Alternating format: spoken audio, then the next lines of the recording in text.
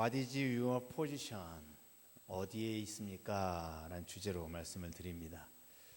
우리에게 이 까마귀하고 까치가 꼭 비교되죠. 까마귀는 우리에게 흉조이고 까치는 길조입니다. 그래서 아침부터 까마귀가 울면 왠지 음산하고, 또 까치가 아침부터 울면 오늘은 손님이 오려나 이렇게 생각을 하곤 합니다.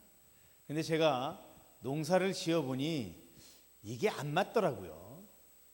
이 콩을 심어 놓으면 이 콩을 탁 찾아서 캐먹는 것이 까치예요.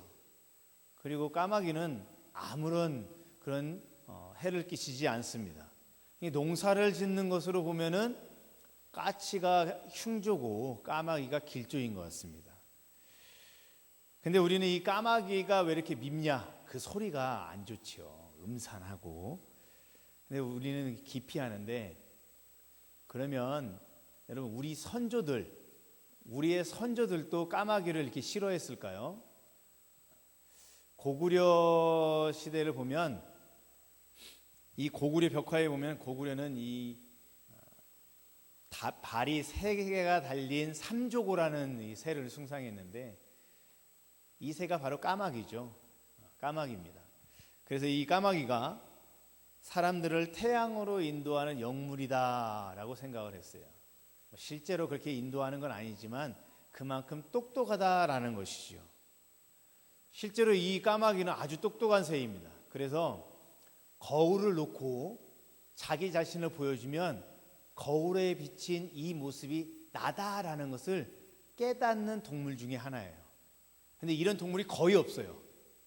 제가 한 번은 호랑이를 거울 앞에 딱 갖다 놓으니까 호랑이가 거울을 싹 보더니 흠칫 놀라는 거예요. 거기에 다른 호랑이 한 마리가 있으니까 깜짝 놀란 거예요. 자기인 줄 몰라보는 거죠. 자기인 줄 몰라보고 깜짝 놀라는 거예요. 모르는 척, 태연한 척 하면서 고개를 돌렸다가 한번 싹 돌아보더니 거울에서 싹 돌아보잖아요. 깜짝 놀래가지고 껌충 뛰더라고요. 자기 자신을 못 알아보는 거예요. 근데 까마귀는 자기 자신을 알아봐요. 거울 앞에서 자기 자신을 알아보는 사람이 똑똑한 사람입니다. 또 이 까마귀는 이 딱딱한 호두 같은 것을, 일본에서 있었던 일인데요, 이 호두를 까먹기가 힘들잖아요. 이게 어떻게 하냐면 이 신호등이 걸렸을 때 그 차 앞에 갖다 내려놓는데요. 그리고 신호가 걸려서 차가 지나가고 나면 다 부서져 있잖아요. 교차로에서 보통 신호가 50초에서 60초입니다. 그럼 다시 한번 돌아오면은 차가 몇 분간, 적어도 3분 정도는 대기하잖아요. 그동안에 깨진 걸 주워 먹는데요. 실제로 일본에서 관측된 이야기예요. 까마귀가 그렇게 똑똑합니다. 까마귀와 관련된 고사성어 중에 반포지효라는 고사성어가 있지요. 반포지효. 까마귀가 자라면 늙은 어미새에게 먹이를 갖다 준다. 그것처럼 연로하신 부모님께 효도를 다해야 된다라는 말이죠. 그런데 이 반포지효, 그것처럼 오늘 까마귀가 엘리야에게 아침과 저녁으로 떡과 고기를 물어다 주고 있습니다. 대단한 것이죠. 사실 노아의 방주에서 첫 번째로 나온 동물도 까마귀죠. 까마귀가 그렇게 인정받을 정도로 똑똑하고 좋은 동물입니다. 근데 여러분 가만히 생각해 보니 까마귀를 통해서 떡과 고기를 갖다 준다니까 천만다행이지만, 가만히 생각해 보니 아니 그리 시냇가에 숨어서 까마귀가 갖다 주는 떡과 고기만 먹어야 하는 그 엘리야의 모습이 영광스러운 하나님의 선지자, 그런 모습이 아니라 뭔가 초라하고 뭔가 볼품없고 형편없는 모습처럼 보이는 것입니다. 여러분, 그리 시냇가에 홀로 숨어서 그리 시냇가에 물을 마시며 까마귀가 갖다 주는 그것을 먹고 있는 이 엘리야의 모습은 여러분들이 보시기에 어떤 모습입니까? 이스라엘 백성을 구원하는 영웅과 같은 대선지자의 모습입니까? 아니면 실패하고 힘없고 연약하고 아무것도 못하고 있는 존재처럼 보여주십니까? 사람은 합리적이고 이성적인 이야기들을 들었을 때 그것을 받아들이기가 쉽습니다. 이해가 되어지니까요. 이해가 되어지니까 받아들일 수 있고 그것을 내 것으로 삼을 수 있습니다. 그런데 오늘 이 엘리야에게 그리 시냇가에 가서 숨으라라고 말한다니 그것도 이치에 맞지 않고 또 까마귀를 통해서 먹여주겠다라고 하시는 말씀도 쉽게 이해가 되지 않습니다. 엘리야가 무슨 잘못이 있어서, 엘리야가 무엇을 잘못했기에 그리 시냇가에 가서 숨어야 됩니까? 엘리야가 얼마나 능력이 없기에 그곳에서 아무것도 하지 못하고 까마귀가 물어다 주는 것만 한없이 바라보다가 그걸 얻어먹고 살아야 됩니까? 능력 있는 선지자요, 하나님의 말씀대로 순종해서 아합 왕 앞에 가서 목숨을 걸고 하나님의 말씀을 선포한 것뿐인데 왜 숨어야 됩니까? 하나님의 말씀을 영광스럽게 선포했기 때문에 하나님께서 주셔야 될 것은 이런 초라하고 볼품없는 모습이 아니라 영광스러운 아버지의 영광과 능력으로 존귀하게 세워져야 되고 하나님께서 상급의 면류관을 그 머리에 허락해 주셔야 됩니다. 그게 합리적이고 그게 합당합니다. 그런데 하나님은 그렇지 않습니다. 하나님 너무하십니다. 내가 뭘 잘못했다고 이렇게 저를 대우하십니까? 내가 특별히 잘못한 것도 없는데 왜 이런 험지에 가 있으라고 하십니까? 왜 이런 고난을 내게 주십니까? 이렇게 반문할 수도 있을 것 같습니다. 선지자 요나가 느느웨로 가지 않고 다시스로 간 이유가 분명히 있지요. 합리적이지 않기 때문입니다. 불합리하기 때문입니다. 이성적으로 받아들일 수 없기 때문입니다. 북왕국 이스라엘을 멸망시킨 그 원수의 나라를, 그 나라에 가서 복음을 전파하라고요? 아니죠. 그 나라는 죄 가운데서 하나님의 심판을 받고 멸망당해야 싼 것입니다. 멸망당해야 맞는 거예요. 그러니까 이 요나가 니느웨로 가지 않고 다시스로 도망한 것이죠. 하나님의 명령이 내 생각에는 불합리하고 합당하지 않고 이것보다는 저것이 더 좋게 보이는 거예요. 그래서 요나는 다시스로 도망갔죠. 그런데 엘리야는 여러분 어떻게 행동하는지 보십시오. 5절 말씀 보시기 바랍니다. 그가 여호와의 말씀과 같이 하여 곧 가서 요단 앞 그리 시냇가에 머물매. 엘리야는 여호와의 말씀과 같이 했다. 그리고 곧 가서 하나님 잠깐만 기다리세요. 요거 지금 하던 일 마무리 짓고요. 그러지 않았습니다. 우회하여서 돌아서 가지도 않았습니다.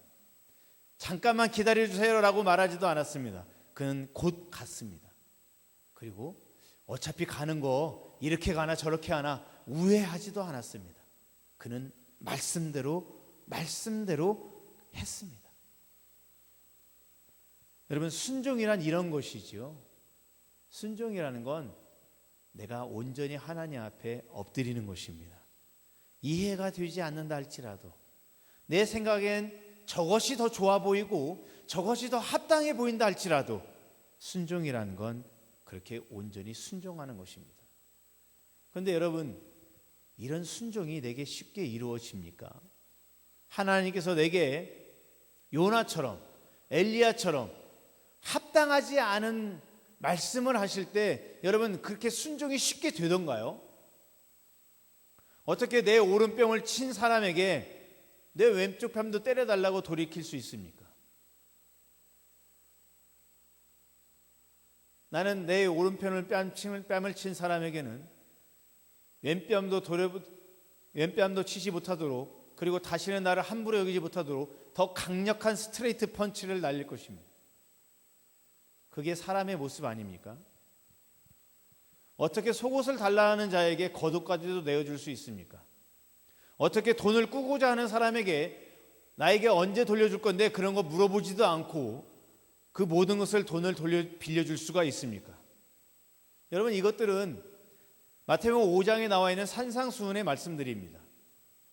우리가 어떻게 그렇게 행할 수 있습니까? 내 이성적으로는 그것을 받아들일 수가 없는 것들이죠. 합리적인 것들을 받아들일 수 없는 것입니다. 그렇게 행동하는 사람은 어리석은 사람이고 그리고 돌았다라고 표현합니다. 이성적이고 받아들일 수 없고 이해할 수 없는 일들을 행하는 사람을 우리는 미쳤다라고 말합니다. 사도 바울이 사울로 들렸을 때 기독교를 그렇게 박해하다가 다메섹 도상에서 예수 그리스도를 만나고 그가 변화되어져서 그리스도의 종이 되어서 복음을 전하다가 아그리빠 왕과 총독인 베스도 앞에서 재판을 받게 되었습니다. 그때 이 사도 바울이 자기가 왜 이렇게 변했는가를 쭉 설명합니다. 그 말을 가만히 들었던 총독 베스도가 이렇게 말합니다. 바울아, 네가 미쳤다. 너의 많은 학문이 너를 미치게 하였다라고 말합니다.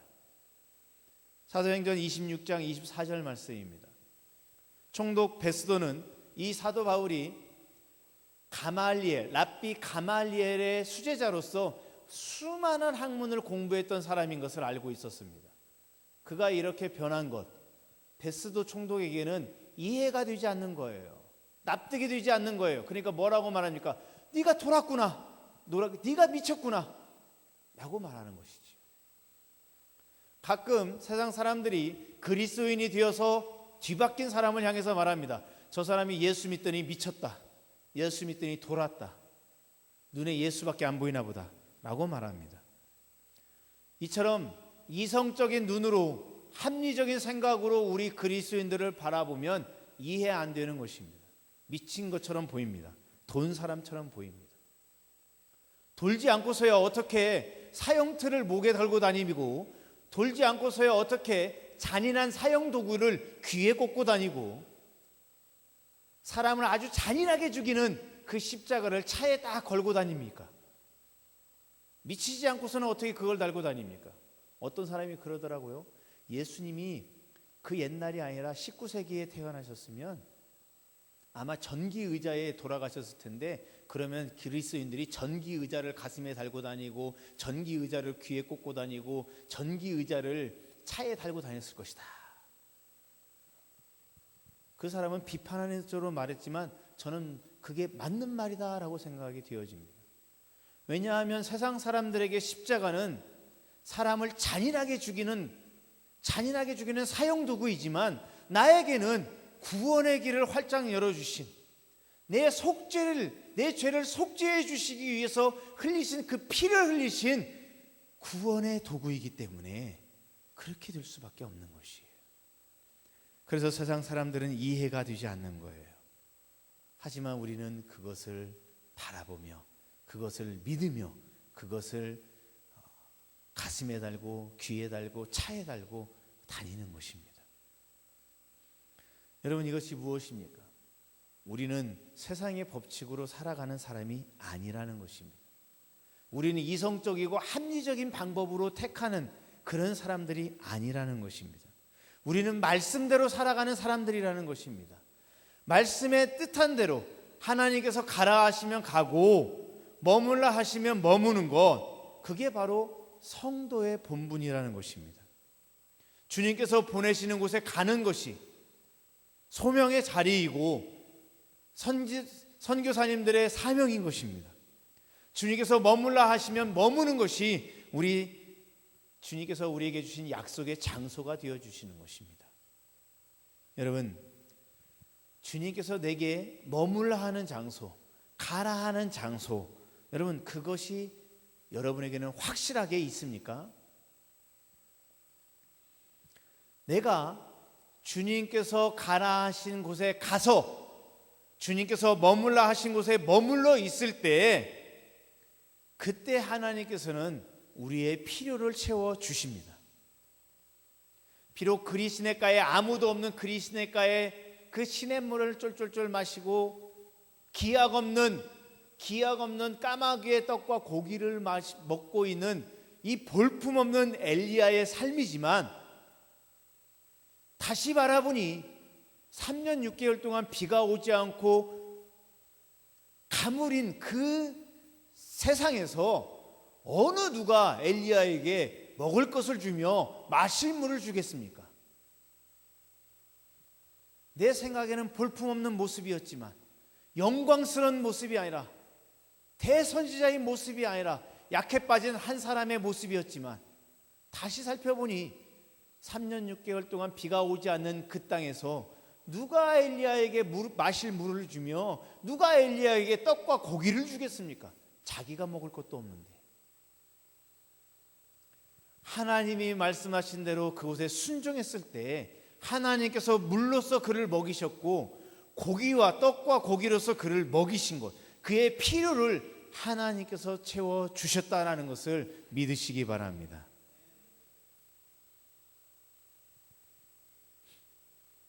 까마귀를 통해서 아침과 저녁으로 걱정 없이 먹을 수 있었던 것, 굶주리지 아니하고 먹을 수 있었던 것, 그리 시냇가뿐입니다. 그리 시냇가뿐이었기 때문에 엘리야는 그곳에 가 있어야 맞는 것입니다. 여러분, 내 삶에도 때때로 가뭄과 같은 어려운 일이 닥칠 수 있습니다. 그 가뭄 속에서도 주님의 돌보심을 받고 싶으십니까? 내 삶에 닥친 어려움 때문에 하나님의 초자연적인 능력을 경험하고 싶으십니까? 에베네셀의 하나님, 도움의 하나님이죠. 우리 하나님의 특별한 도우심, 특별한 돌보심이 필요하십니까? 여러분, 그러면 내가 어디에 있어야 합니까? 주님께서 가라 하신 곳에 가 있으면 되는 것입니다. 머물라 하신 곳에 머물고 있으면 주님께서는 나의 필요를 채워주시는 것입니다. 내 생각에 그리 시냇가보다는 왕궁이 더 좋아 보입니다. 여러분, 이렇게 생각될 수도 있습니다. 남들은 다 굶주릴지라도 왕은 굶주리지 않겠지요. 그런데 여러분, 생각해 보십시오. 주님께서 보내신 곳이 아니라면 내 생각에는 그것이 더 좋아 보일지는 몰라도 그곳에서 나를 기다리고 있는 것은 물고기 뱃속일 뿐입니다. 선지자 요나가 니느웨보다는 다시스가 더 좋겠다라고 생각하고 다시스행 배를 타고 갔다가 그가 만난 것은 무엇입니까? 바닷속 깊은 곳에 던져지는 스월의 밑바닥까지 내려가는 그런 아픔이 있었고, 결국에는 물고기 뱃속에 들어가서 그가 철저하게 회개하고 난 뒤에 구원받았음을 기억하시기 바랍니다. 한마디로 혼나기 전에 돌아가야 됩니다. 어디로 돌아가야 합니까? 주님께서 말씀하신 내 자리로 돌아가야 됩니다. What is your position? 주님, 내 자리가 어디입니까? 선진국인 서부 유럽과 미국의 선진국들, 그곳에 있는 부자들은 요트가 있어야 부자의 상징이다라고 말들을 합니다. 우리나라에서는 고급 승용차 있어야지요. 그것처럼 아주 고급 이 요트를 타고 이 싱그러운 초록빛 바다를 흰 돛을 펼치고 잔잔히 항해하면서 여유를 만끽하는, 낭만을 추구하는 삶이 이 선진국의 부자들의 그런 모습이라고 합니다. 제가 신혼여행으로 호주에 갔는데요, 그때 저를 가이드했던 분이 이런 말을 해주었습니다. 호주는 사면이 다 바다잖아요. 이 말을 해줬어요. 한 달을 재미있게 살려면 차를 사고 한 달간 가고 싶은 거 마음껏 운전하면서 재미있게 돌아다니는 거예요. 한 달을 재미있게 보내려면 차를 사고, 1년을 행복하게 보내려면 결혼을 하고, 결혼한 신혼부부 얼마나 행복합니까? 1년의 행복이죠. 그런데 3년을 행복하려면 배를 사라, 그런 말을 해주더라고요. 그만큼 배를 살면 그렇게 재미있대요. 호주 여행 때 이 가이드가 해준 말인데요, 저는 16년이 지난 지금도 아주 행복합니다. 이 자리에 사모님이 있어서 아부하는 말이 아니고 실제로 행복합니다.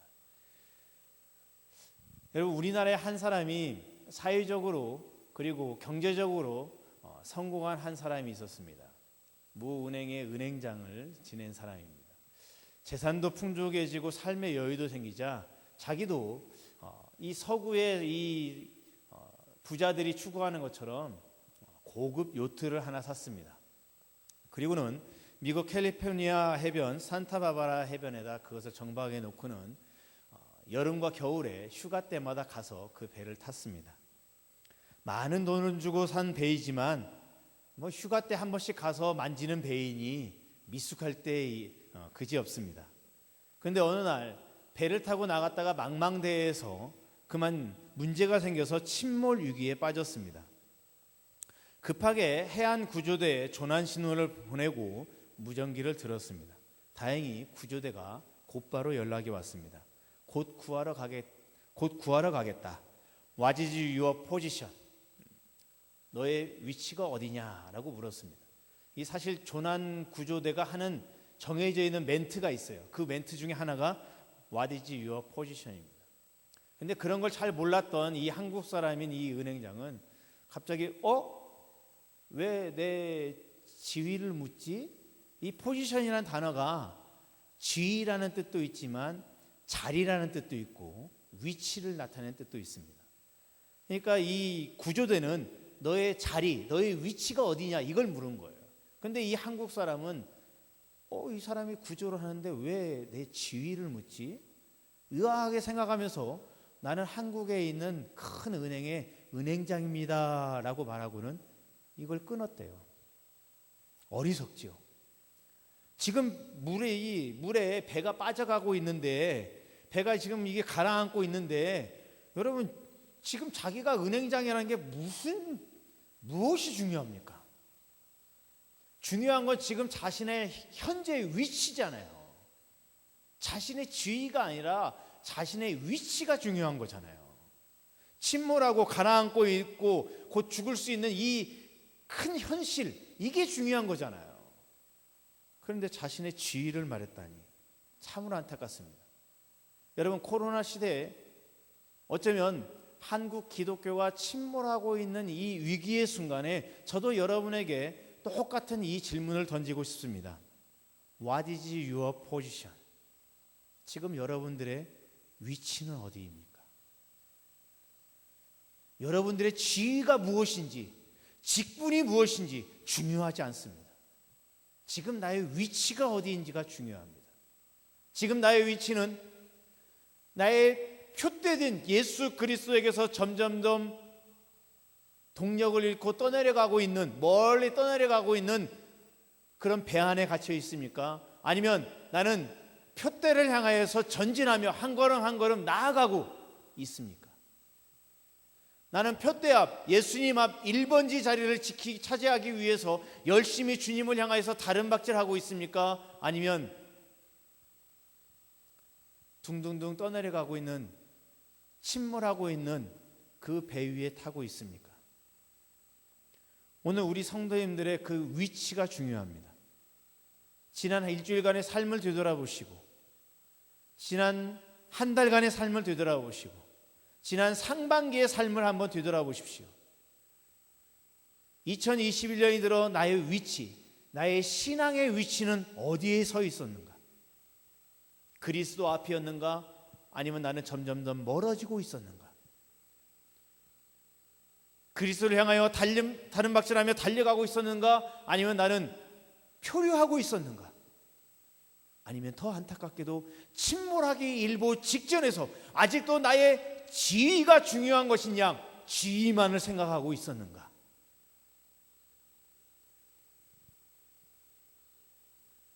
혹시나 나는 파손당하는 위험 신호를 인지하면서도 아직은 괜찮아, 나는 여유 있어 라고 안도하고 있습니까? 안주하고 있습니까? 파손당하는 그 순간에 어찌할 바를 몰라서 내가 살아야 할 길은 나의 위치를 말하는 것인데 아직도 나는 그걸 깨닫지 못하고 나의 지위만 생각하고 배와 함께 가라앉고 있습니까? 내가 붙잡아야 할 것은 지위가 아니라 나의 위치를 하나님 앞에 고백하는 것인 것을 기억하시기 바랍니다. What is your position? 당신의 위치가 어디입니까? 엘리야에게 있어서의 위치는 어디입니까? 그리 시냇가였습니다. 엘리야가 가야 할 곳은 그리 시냇가였고 엘리야가 머물러 했어야 할 곳도 그리 시냇가였습니다. 아브라함이 가야 할 곳은 어디였습니까? 가나안 땅이었습니다. 그러나 그는 처음에는 그곳이 어딘지도 모르고 나아갔습니다. 모세가 가야 할 곳은 어디였습니까? 살인을 저지르고 도망갔던 애굽이었습니다. 그것에 돌아가면 재판받고 죽임을 당하는데요.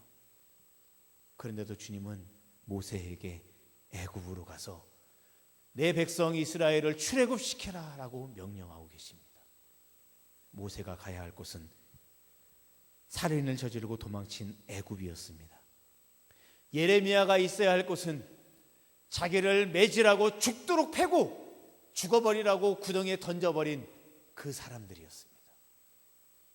구사일생으로 겨우 구덩이에서 빠져나와서 그가 가야 할 곳이 어디였습니까? 자기를 죽도록 패고 구덩이에 던져버린 그 사람들에게로 예레미야는 다시 나아갔습니다. 그곳이 예레미야가 가야 할 곳이고 그곳이 바로 예레미야가 머물 곳이었습니다. 다니엘이 있어야 할 곳은 어디였습니까? 사자굴에 던져진다는 것을 알면서도 그는 기도의 자리를 지켰습니다. 다니엘의 새 친구 하나냐, 미사엘, 아사랴가 지켜야 할 곳은 어디였습니까? 그가 머물러야 할 곳은 어디였습니까? 금신상 앞에서 절하면 안 된다는, 금신상에게 절하지 않는 자는 다 사자굴에 던지겠다는 그 엄명이 있으면서도 그들이 지켜야 할 곳은 바로 만왕의 왕이신 하나님께만 예배하고 하나님께만 경배해야 하는 예배의 자리였습니다. 선지자 요나가 가야 할 곳은 어디였습니까? 자기 민족을 몰살시키고 멸망시킨 니느웨였습니다. 에스더가 가야 할 곳은 어디였습니까? 죽으면 죽으리라 나는 각오 안에서 죽음을 무릅쓰고 왕 앞에 나아가는 것이었습니다. 그곳이 에스더가 나아가야 할 자리였고 그곳이 에스더가 머물러야 했을 자리였습니다. 그가 죽음을 무릅쓰고 그 자리에 나았기 때문에 그를 통하여 이스라엘은 구원을 얻게 되었습니다. 사도 바울이 나아가야 할 곳은 어디였습니까? 사도 바울이 머물러야 할 곳은 어디였습니까? 그가 매를 맞고 감옥에 갇혀 있었을 때, 복음으로 감옥에 갇혀 있을 때 지진이 일어나며 감옥 문이 열렸습니다. 도망갈 수 있는 절호의 찬스입니다. 하나님께서는 머물라라고 말씀하셨습니다. 감옥에 머물렀고 예상치 못한 간수와 그 가족을 구원하는 역사를 얻게 되었습니다. 우리에게 가장 중요한 것, 예수님께서 가야 할 곳은 어디였습니까? 이 땅에 오신 인간의 몸을 입으시고 이 땅에 오신 예수님께서 가야 할 곳은 저 갈보리 언덕의 십자가였습니다. 우리에게 가장 중요한 자리였죠. 주님께서는 성부 하나님께서 가라 하신 그 장소에 가셨고 머물라는 그곳에서 십자가에 매달려 못 박히셨습니다. 그래서 오늘 우리가 구원을 받게 되어진 것입니다. 여러분, 오늘 내가 가야 할 곳은 어디입니까? 오늘 내가 머물러야 할 곳은 어디입니까? What is your position? 나의 위치는 어디입니까? 여러분, 나의 지위가 아닙니다. 나의 하는 일이 아닙니다. 내가 지금 어디에 서 있는가? 내가 지금 어디로 가야 하는가? 이게 중요합니다. 우리 성도님들은 그것을 알고 계십니까? 알면서도 못 가고 있습니까? 아니면 알고 있기에 힘써 다름박질하며 그곳을 향해 다름질하며 달려가고 있습니까? 한눈 팔며 딴짓하고 있는 성도들의 팔을 이끌고 우리가 가야 할 곳은 저곳이다 하면서 그 팔을 이끌고 있습니까? 아니면 나를 이끌고 있는 그 손을 뿌리치며 잠깐만, 나는 잠깐만 이곳에서 잠깐 할 일이 있어 라고 지금 나의 지위를 돌아보고 있습니까? 여러분, 내가 있어야 할 자리, 나의 신앙의 좌표, 나의 믿음의 자리, 여러분 이것을 분명히 하시기 바랍니다. 아직 내가 모르겠다면 모든 걸 후히 주시는 우리 하나님께 간구하시는 시간이 되었으면 좋겠습니다. 그리고 하나님 앞에 알려달라고 하나님 내게 가르쳐 달라고 여러분 기도하시기 바랍니다. 우리 찬양 드리시면서 하나님 내게 주신 그 좌표, 내게 주신 그 목표, 내가 가야 할 그 자리, 내게 말씀하신 대로 나는 순종하겠습니다라는 그 다짐